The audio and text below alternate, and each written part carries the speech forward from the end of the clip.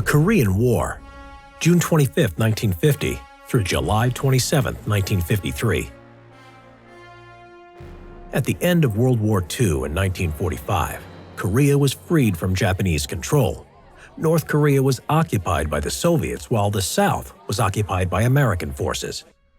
By 1948, the country was divided in half at the 38th parallel, with the capitalist South ruled by Syngman Rhee and the communist North ruled by Kim Il-sung.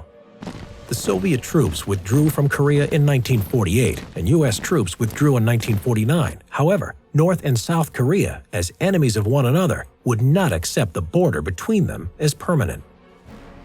The North Koreans attacked South Korea on June 25, 1950, advancing across the 38th parallel. Around 75,000 troops of the North Korean People's Army defeated the Republic of Korea's army with success, capturing the capital city of Seoul, then occupying the whole of South Korea except for Busan. This was a problem, as President Truman and the United States wanted to contain the spread of communism by preventing the domino effect. That is, if Korea fell, so would other countries to the ideology. South Korea appealed for support, and the United States pushed a resolution through the United Nations Security Council. The USSR did not use its veto power, as it was boycotting the council because the new communist China was not accepted. In China's seat was the pro-US Chinese nationalist government of Taiwan.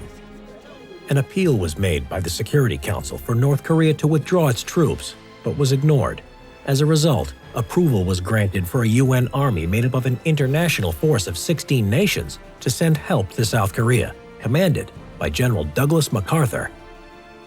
The UN troops, composed mainly of Americans, landed in South Korea in early July, but were soon pushed back on the defense by the North Korean forces, forming a perimeter around Busan to defend the line until reinforcements arrived in August. Now that their position was strengthened, MacArthur went on the offensive. On September 15th, the U.S. Marines X-Corps launched an amphibious assault at Incheon. The North Korean troops were pushed back on the retreat over the 38th parallel, and soon Seoul was recaptured along with the whole of South Korea by the end of the month. Now, MacArthur was to go beyond the initial idea of containment.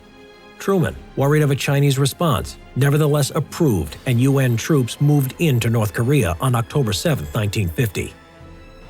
On October 12th, they captured Pyongyang, the North Korean capital, and then the Yalu River, which was the border with Communist China. China retaliated by helping the North Koreans, sending 250,000 Chinese troops. The UN troops, overwhelmed by this new force, were pushed out of North Korea with heavy losses. By January 1951, Chinese and North Korean troops had captured Seoul. General MacArthur wanted to use the atom bomb on China and was dismissed for insubordination by President Truman, who went back to a policy of containment. In June 1951, more UN troops were sent to Korea, eventually driving the North Korean army to the 38th parallel and stabilizing the front. Now, a stalemate set in. In July, peace talks began, but a compromise could not be found. Meanwhile, fighting continued, and American pilots fought in the air against Soviet pilots using Chinese jet fighters and wearing Chinese uniforms. General Dwight D. Eisenhower took over as president in early 1953 and sought an end to the war. After 2 years of negotiation, an armistice was signed on July 27, 1953, at Panmunjom on the 38th parallel. A demilitarized zone was set up, which stands to this day. Subscribe and click the notification bell for more history videos.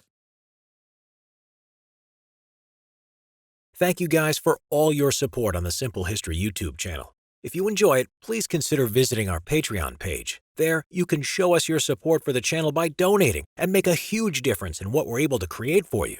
Plus, you can get early access on upcoming videos. So let's keep it growing, and thank you for being part of this amazing community.